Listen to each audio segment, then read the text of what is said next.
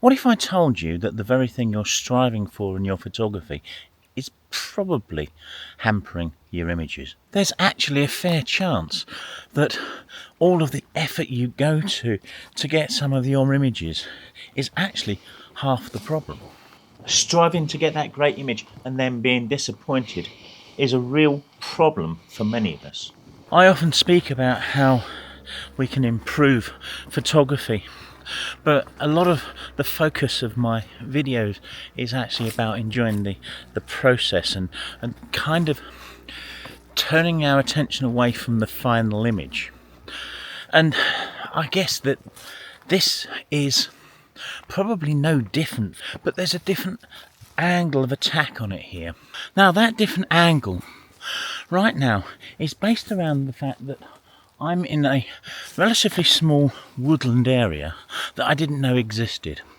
I came here as a result of walking in my last weekly video, which for me I uploaded about an hour and a half ago, because it's that Saturday. For you, well, it's a week ago.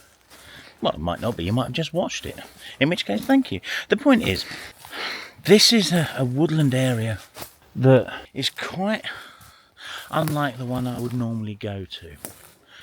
The one I normally go to has got a lot of plantation, a lot of straight up and downs, and this doesn't. This is not plantation. This is very old in places. There's some beautiful wizened oaks here. There's a lot of these silver birch here. Now, the weather when I was here last week was intermittently fine rain, and that created a number of really beautiful kind of what's the word? Situations. We'll go with situations, it's the wrong word. But it created an environment that kind of glistened at certain times, and at other times was a pain in the backside, because the rain was so fine it would come from nowhere, and you couldn't detect it on your lens. You could in the final image, which was obviously an issue.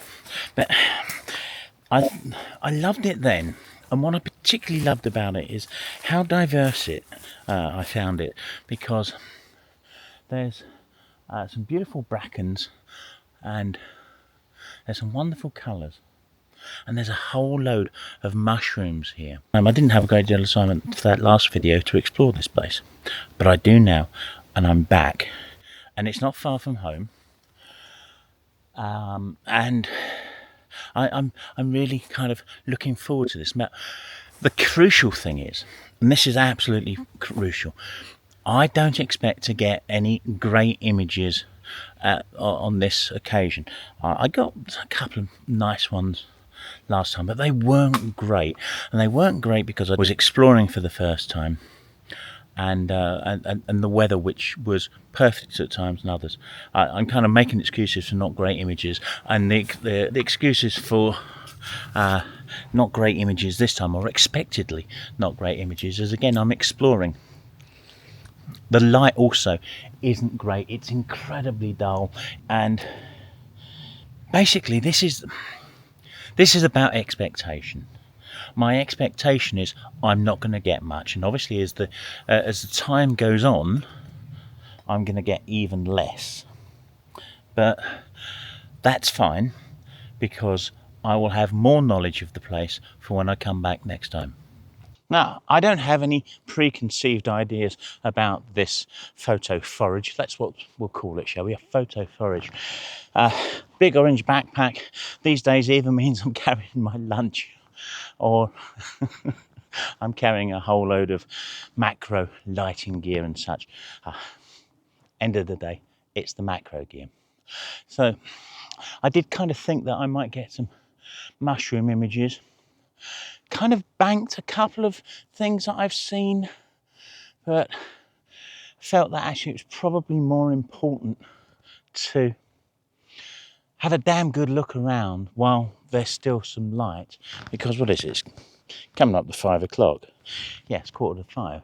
So there's only an hour or so of light anyway. So if I was to get into a mushroom kind of macro lighting scenario right now, it would probably take me 45-50 minutes to muck about like that, and that means I would basically limit my ability to do anything here to just kind of one shot, and I don't feel that that's the right approach. And this is kind of one of the things that I want to talk about with this this. You're not getting the shots that you want. Yeah, your shots you want are a little lifeless, or whatever it happens to be. It's often because there's a certain degree of impatience.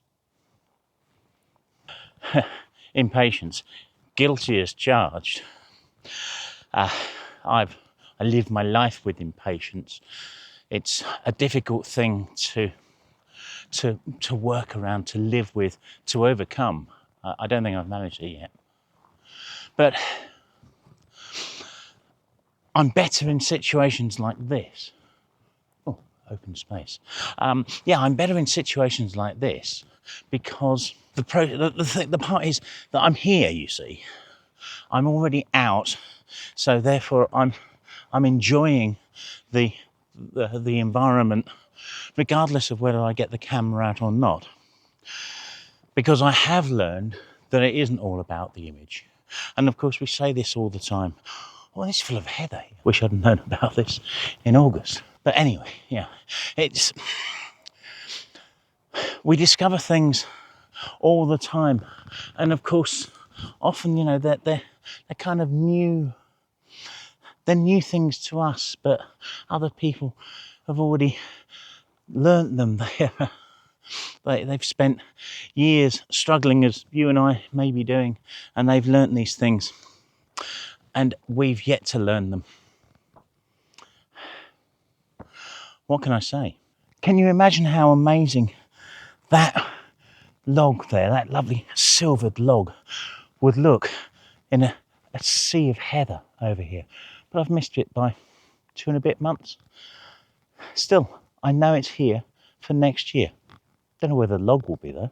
But for me, that was probably a dumbass thing to say because I've got a head like a sieve. The only way I'm going to remember simple details and small details like that is to come here more often. There's a real wide variety of environments around here. We've got this wonderful brackeny area. Outside there, you saw me in relatively open heathland, and then we've got these beautiful wooded areas. It's really, really varied, and the opportunities here are great. Around the perimeter, it does seem that there's a lot of silver birch, and I do love silver birch. One of the things that silver birch are great for this time of year is creating fireworks. Those beautiful, beautiful little yellow leaves that you can get that's still kind of attached to the tree in varying numbers, lots on the ground. If you get the exposure right, if you get the composition right, you get the light right, these things can look just like, kind of fireworks going off. And I really love that. I'm going to be looking out for things like that. And I do kind of expect to find something here. Maybe there's an image this evening. I don't know. I kind of like the opportunities here. You've got these wonderful 3 or 4 twisted oaks. In actual fact, there's loads of them. Look, there's 3, 4 over there. We've got 1, 2, 3, 4, 5, probably 6 here. And this what I like and what I really like here, I'm going to put my glasses on. You see through the yoke of those coming up like a V over here. There's another one in the background. Now, as far as framing goes, I like it. It works for me. It works for me as a 3D thing. I think as a photograph, as a photograph, I think that's just too contrived. I've mentioned this kind of thing before about framing and looking through things, and sometimes they are kind of just too perfect, and that is, well, it's bang centre from where I'm stood. I mean, it's pure accident, and I do like it, but I think it's just kind of too contrived. What do you think? What really would make this work is just to have a bit of light. If we look straight into this area here, although what you can see on the camera's got a lot of canopy exposure up there to the sky, kind of just straight through, there's hardly any extraneous light coming in, or bright spots, I should say. But by the same token, there's nothing actually lighting any of it up either, which is why I think this is a spot that I need to come back to when there is a little bit of light. Overcast with some cloud or something, just something that's giving some of these beautiful browns and greens and yellows of the bracken, giving them some kind of something to glow. I feel like I need to wander around them, getting amongst them, really understand the opportunities here. I'm right up against this one. The lichen and the moss on its branches are just stunning. I think oak is one of the most life-dense woods that there is. I can't remember how many species that an oak tree is likely to sustain, but it's huge numbers of species just living on one additional living organism. I feel that I can't not take a photo. I don't think it's going to be brilliant. It's more of a kind of record of me being here. I've got to be careful where I even put the bag down to avoid crushing mushrooms. I've got with me this new Freewell tripod. I'm not going to give you an in-depth review of it. I don't give you an in-depth review of most things, not in tripod land at least, or almost anything.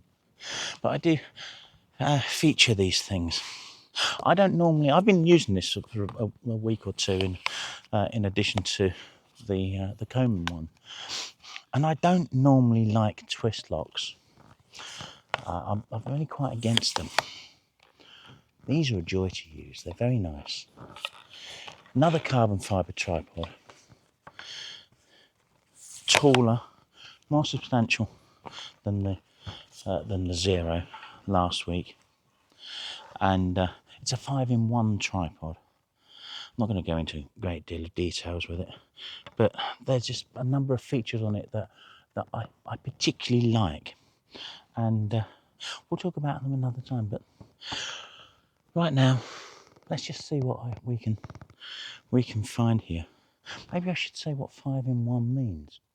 No, you can wait. You know what? I went for it. I stood back up there somewhere, and I went for this contrived image that I was complaining about, because sod it, why not? I mean, if it doesn't work, it doesn't work.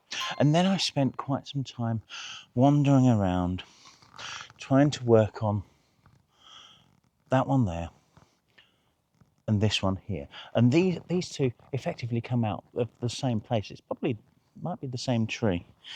And that poses a number of, well, the whole image poses a number of challenges, because whilst the two trees themselves are wonderful, what we have in between is a nothingness. And I kind of need to fill that space. Now, obviously, I can't fill it, so I have to find a way of minimizing that space. The further back I kind of go, I get more of that upright coming in, but it's only at the corners of the frame, and that poses the challenge of the eye immediately being taken out of the frame in that direction. From back here, Hey, yeah, get out of the way. You see, tree, that gap gets too big, and I've got to kind of go over here, and kind of lucky in a way that I don't have to worry too much because there's not a lot of distraction in the gap, so to speak. But equally, there's not a lot of colour in places either, because look, if I show you down there, actually I think there's a path down there. You know, it's very grey, and now I'm thinking, oh God, you know, have I got an image here that's even worth showing? Well, I'm going to show you anyway because it's I have to with the videos. But in other certain places, I get that prominent branch on the right of this tree in this gap, you know, the one that I was framing up earlier. That kind of just comes in and it creeps in again from the right, creates a distraction. And because it's so dark by comparison to the things around it, the eye is grabbed to it, you know, and led out. So, yeah, I don't know, 10, 15 minutes of just wandering around with the camera and tripod, getting various images there that I don't think any of them are going to be particularly any good, but they are food for thought for the next time I come here, which will really be the next opportunity I have to go out when the light's a little bit better.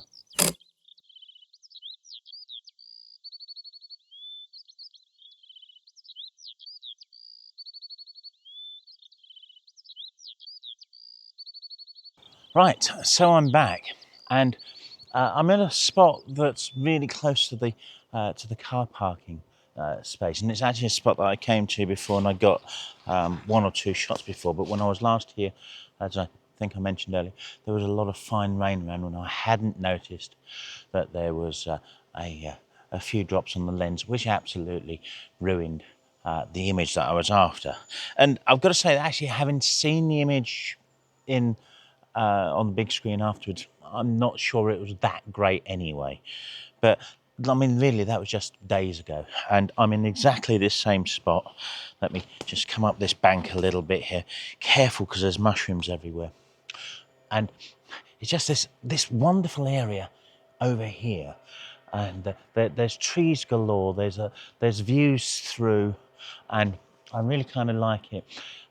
Same kind of problems as we often see in Woodland is that yeah, you've got to position yourself in a point or a space where the things aren't necessarily overlapping, or you don't have great big spaces and gaps between things or whatever. And yeah, just so that the scene is compelling. And yeah, it's middle of the day now, or probably just after lunch, and I've got loads of time. I mean, it's really supposed to be raining, but there's I feel that one, oh, I mean, obviously there's light, which is the one thing that we were missing last night, but I feel that there's an image here somewhere, this big silver birch here, this multi-trunked one that's gorgeous. And then there's one or two behind it going back. There's also another one, two, three, four over here.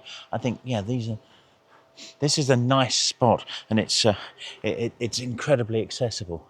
So I'm going to just try and find a point somewhere where there's something really kind of pleasing here. The image I feel is here, because what we're ending up with is a bit of a right hand anchoring of this beer moth here. I mean, beer moth in terms of silver birch, of course. It's a wonderful structure. And then just leading off into the background a little bit, and there's a fallen one over here, and that's taken, because it's lighter than the rest of everything, that's taken the eye to the further one over on the left hand side of the frame, and it's kind of just linking things together, and I think that's going to work nicely. Now this needs to be a relatively low image, and you'll see that I'm extending the lower legs of this tripod first. I'm not extending the middle for the minute.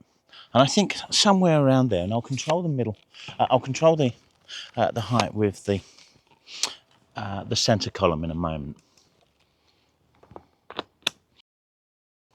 Now, there's a bit of a myth around tripods in that you should lower the bigger sections of the tripod first. And the idea behind that is, well, obviously they're bigger, therefore they're stronger, they've got more stability. Yeah, absolutely. Good enough idea. But in situations like this, where we've got a forest floor full of all kinds of things that I don't want getting into my tripod, it makes a great deal of sense to lower the bottom ones, maybe not all the way as I have here, but at least get them away from our locking joints so that whatever's down here doesn't get up there. Method in the madness. And if anyone turns around and says, "Yo, you're doing that wrong," just take no notice of them. Similarly, with using the center column. Yeah, there's a myth that you shouldn't use a center column. But why? Oh, because it's not stable. Is it moving?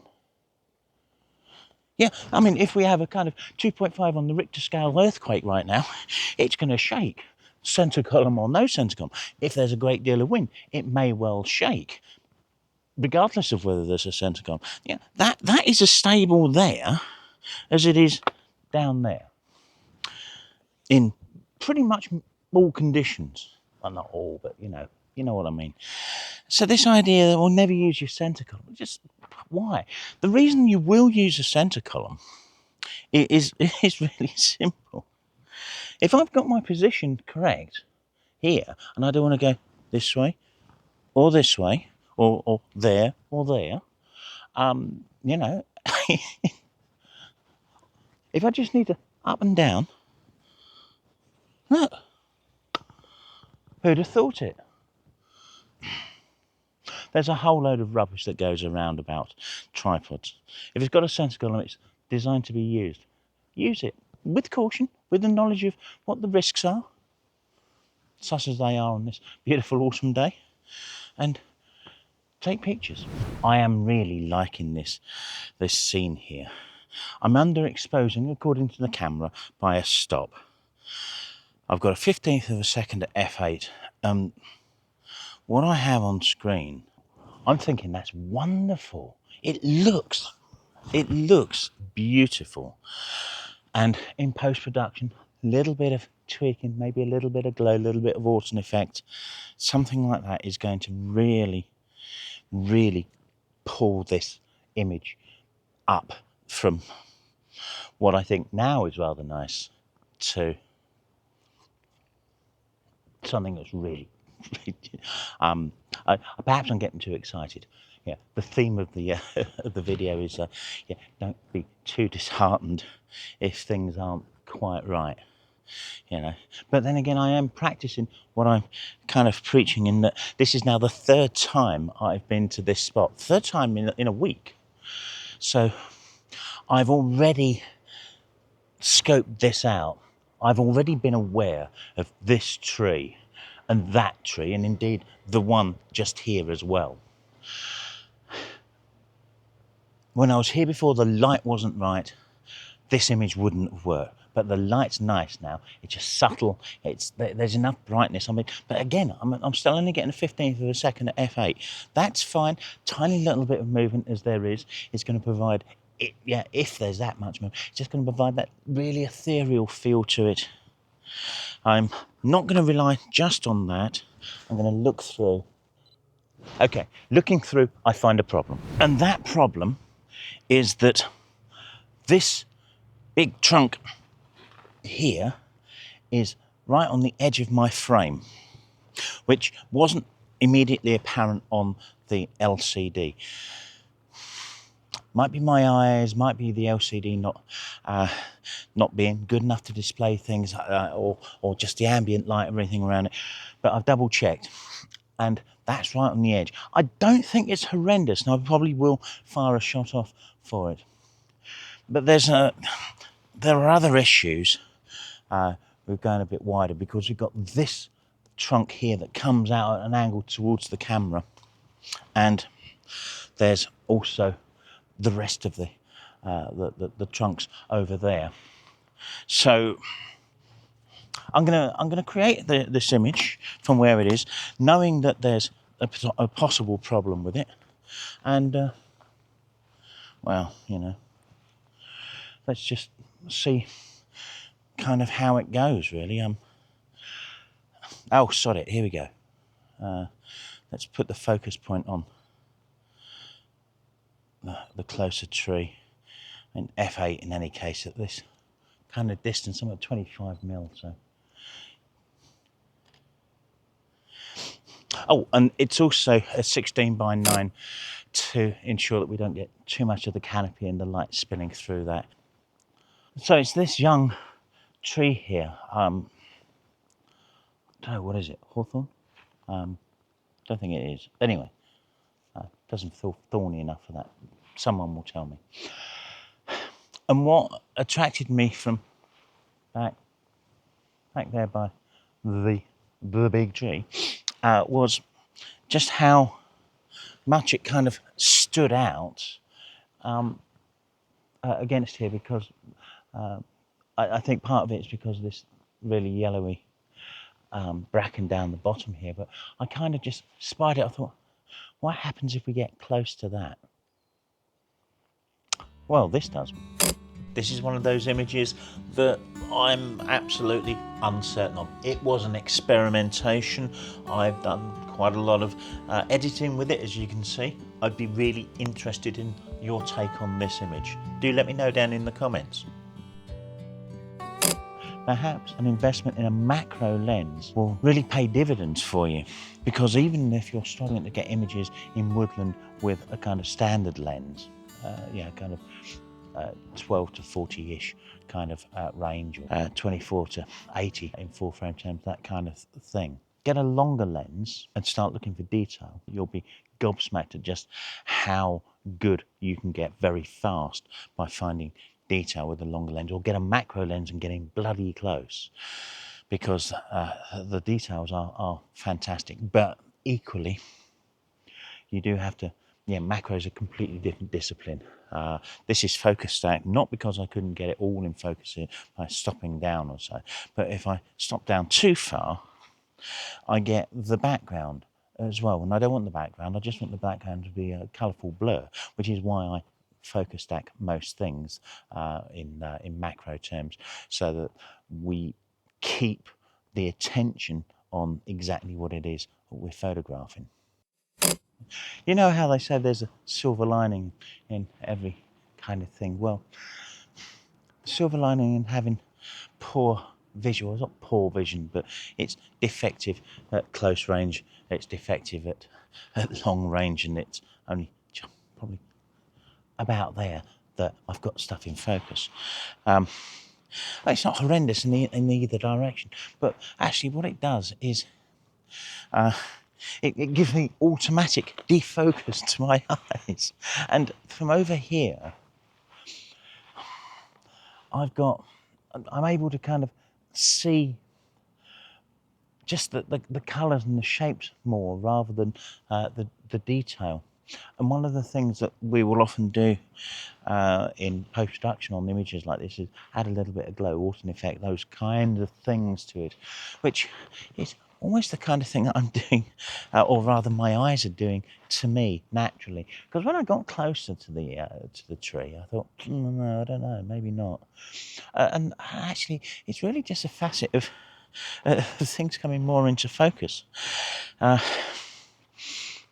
of brings me into another point about the obsession for sharpness. Bugger that. You see, I think sharpness is overrated. It's certainly a little overrated here, because the best images that we see of Woodland often have got that kind of ethereal glow to it.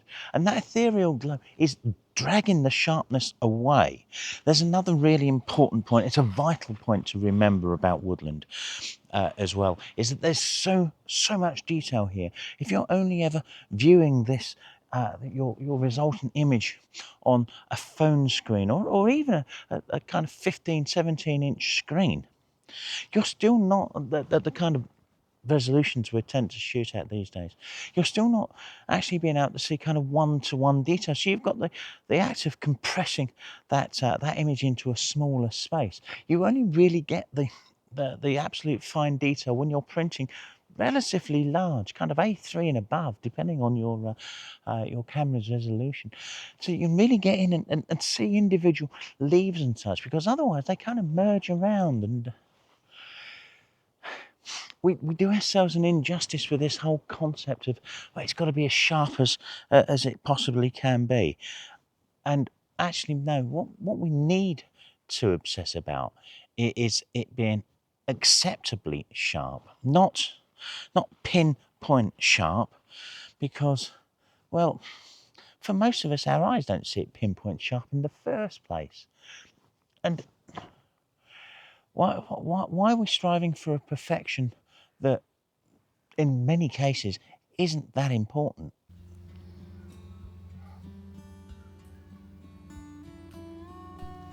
In essence, I think the point is that if we try too hard, we may well find that we're setting ourselves up for a fall. The best way to get great images of places around you is to know them like the back of your hand, to visit them regularly, to know what they look like in different weather conditions, and to just enjoy being there.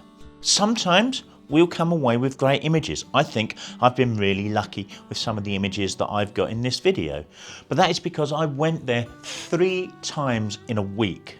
We can all be lucky sometimes, but luck runs out. Don't rely on luck, rely on experience, and enjoy your photography. If you've enjoyed this video, please click the like button, subscribe, join the channel, buy me a coffee. Anything to support me is absolutely great. Check out these other videos. If you've liked this one, you'll like one of those too. Thanks for watching, see you soon.